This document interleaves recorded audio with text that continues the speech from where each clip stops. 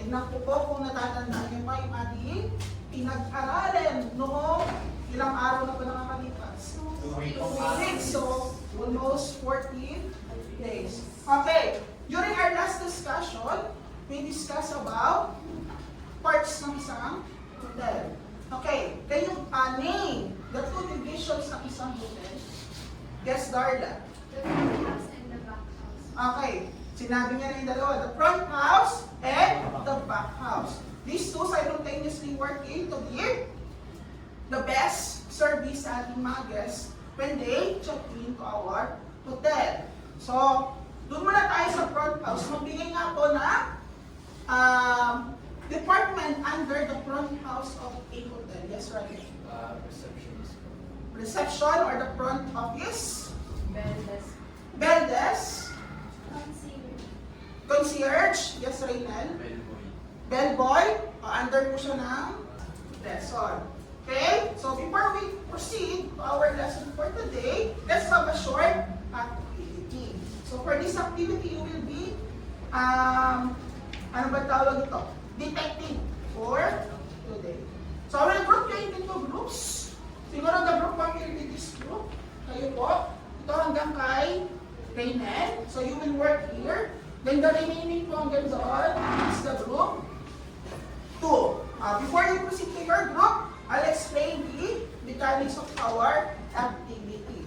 So, I have here a picture of, what is this? There is a kitchen, right? Which is part of back of the house. So, bilang kayo po ay mga detective, we're going to spot 10 hazards. So, pag hazards po, what do you mean by hazards? These are dangers na makikita nyo in this picture. So, each group will receive this picture and marker. So, sabi po dito, you need to find 10 hazards in the picture below. So, in 3 minutes, kung sino po ang may pinakamarami na mabibilog ang hazard, siya po ang Are we clear? Yes. Okay, this is for group 1. Okay, this is for marker. This is for group 2. You may not proceed to your group. Okay. So, timer starts now. Roll back. I'm done here. I'm nominated. Sabi ka ba din? Hazard. These hazards are next, we have the kitchen mat na nasa pinag ng Then we have unlabeled water bottle. Oh, di ba? May hazard siya, no? Mamaya tingnan natin paano siya naging hazard. Next, loose cables on the floor. Then the wet floor. May kitchen mo bang may? Ayan sa mga big hotels. May damage box kami. Damage box, this one. You have Overloaded. overloaded socket, nasaan? Hedo pa. Check mo nga ito. Isa lang yung check. Now, then lastly, kung makita nyo, the glass sa outside the body. Okay? Kaya nga pong HIV napapasya through physical contact. No? So pag natalsikan ako ng laway, since virus siya, it is not yet considered as biological hazard. Kasi hindi agad ako magkakaroon ng HIV kapag po ako ay natalsikan ng laway ng HIV. No? Unless pumasok siya sa system ng aking katawan. Kasi doon pala makakapag-duplicate ang virus. Kasi Social, chemical, environmental, economic, etc. Describe examples of hazards in front of office operations. Demonstrate awareness of safety practices and drug prevention. okay. So let's start with our lesson. So occupational hazards in hospitality. So we're looking for front office services. Okay, so what is occupational hazard? These are risks or damage that may affect the front office employees while performing their duties from the work. It's occupational means trabaho. Okay? We're particular with front office service kasi ito yung lesson natin. We're discussing about hotels. Tama po ba? Okay, hazards, they are dangers or risks. So an occupational hazard is a risk, danger, or unpleasant condition that a person faces as direct result to their job is specified to them. This can range from sudden physical injury cause. Ang accident po, ikaw yung tao dun sa front office, sinigawan ka ng customer, what would you feel? Stress. Mapapatanong ako, am I not enough? Napalit-palit ba ako? Then why? No? So yung tatanungin natin. Okay, another one na daw kasi emotional stress from complaints. Okay? Masungit po yung kahera ninyo. Nangyayari hindi? Nangyayari. Okay? Another, workplace stress from high expectation and constant politeness. Aside from these three po, okay, can you give another factor na nagkakos ng mental breakness or breakdown ng isang employee or isang Bullying on your employee. bullying among employee. Nangyayari po ba sa totoong buhay? Yes. Okay? Yung mga matagal na sa company, ini ano? Boss. Nangyayari po siya. Which kind of dito? Okay? So that is physical hazard. So any question? Constant work hours. Lagi na lang ikaw daw yung nag-overtime. No? Pwede po. Sexual abuse. Pwede po ba? Pasok po ba for psychosocial? So nangyayari rin po sa mga front office. Okay, under the table, nangyayari sexual. So under pa rin po yun ang psychosocial. So next po natin is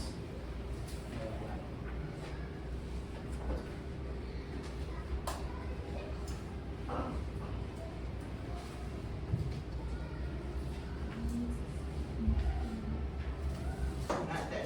So for group 1, so for our group activity, so we're going to have case study analysis. So you group you into 5 group. Each group is given a short case. For example, a receptionist injured due to poor ergonomics. They analyze the causes and effects and propose corrective measures. Then after that, after the groupings, you're going to present your case dito sa harap.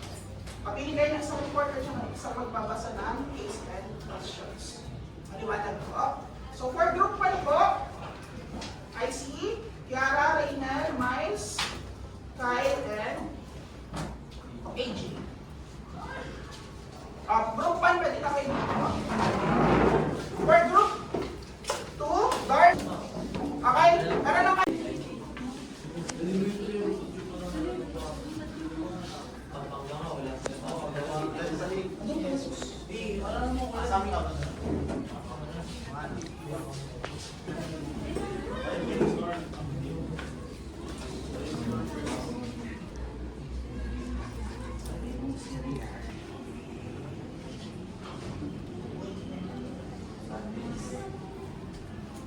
Case, let us now proceed with the presentation. Doon muna tayo sa case number 1. Who will present for case number 1? Papunta po sa ito po yung case number 1.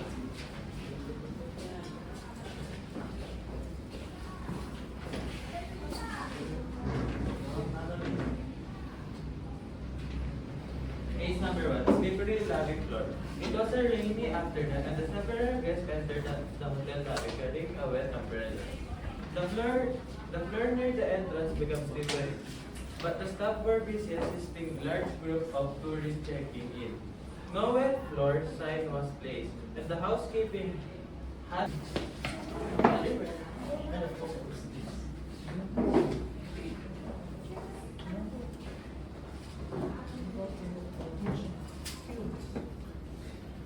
Case number 3. Near desk. The front office desk on multiple devices belonging to single extension cord, computers, printers, and a phone charger. One evening, sparks were noticed from the outlet, but staff ignored it since they needed the equipment for them. Later, the car causing headaches to their guest service. A staff member received a minor electric shock when trying to reset the outlet. Questions. What hazard is this?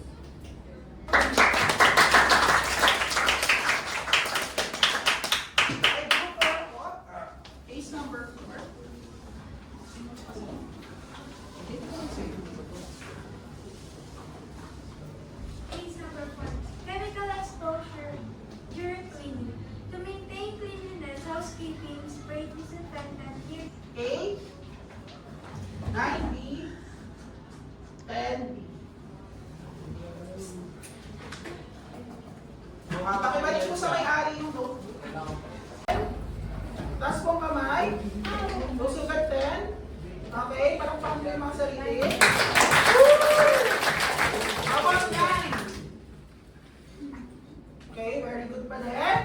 8. Okay, very good pa din. O, pasado pa rin naman. Okay, lower than 8 po. Meron pa po ba? Wala po. Okay, palakpakan nga po yung mga everybody get your notebook and copy your assignment.